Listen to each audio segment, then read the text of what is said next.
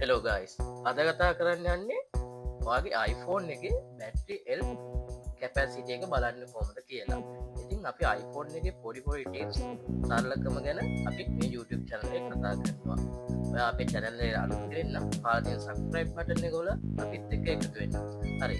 අද අපි බලමු කොහොමද ඔයාගේ iPhone එකේ බැටරි එල් කැපැසිටි එක බලන්න කියලා.